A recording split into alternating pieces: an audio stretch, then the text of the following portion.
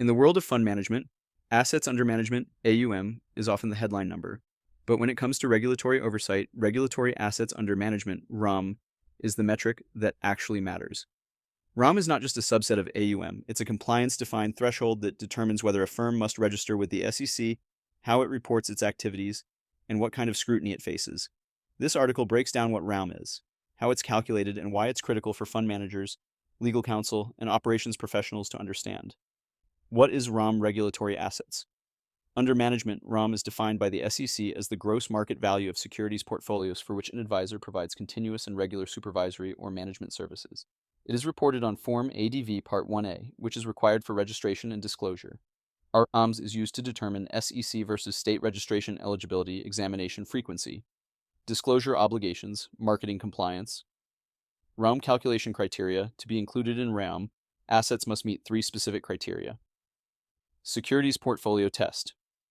At least 50% of the account's value must consist of securities.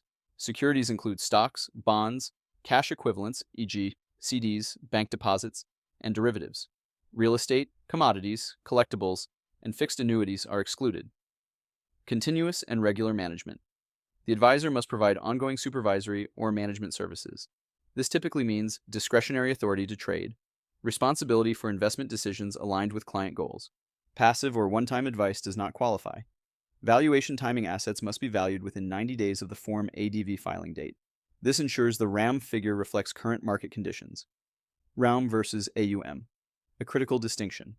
While assets under management, AUM, is commonly used for marketing and investor communications, regulatory assets under management, RAUM, is the metric that matters for compliance and regulatory filings. AUM refers to the total assets a firm manages, including accounts where the advisor may only provide occasional or non-discretionary advice. It's a broad measure often used to showcase firm size and market presence.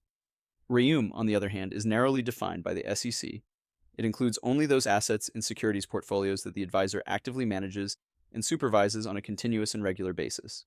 This definition excludes advisory-only accounts, non-securities assets, like real estate or commodities, and portfolios without discretionary authority. The distinction is critical. A firm may report $500 million in AUM, but only $120 million in RAUM.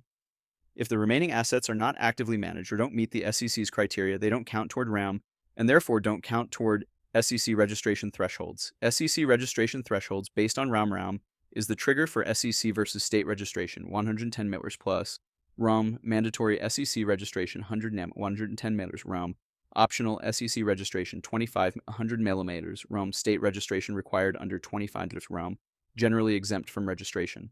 There's also a buffer zone. SEC-registered advisors can remain registered if RAUM stays above 90 milliliters.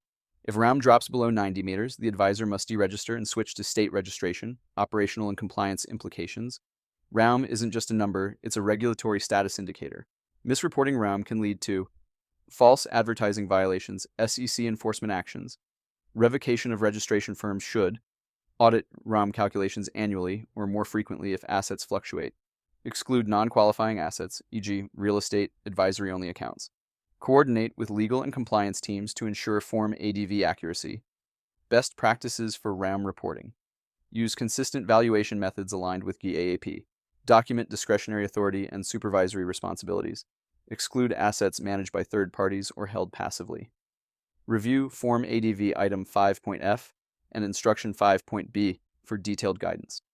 Bottom line, RAUM is more than a compliance checkbox. It's a regulatory identity.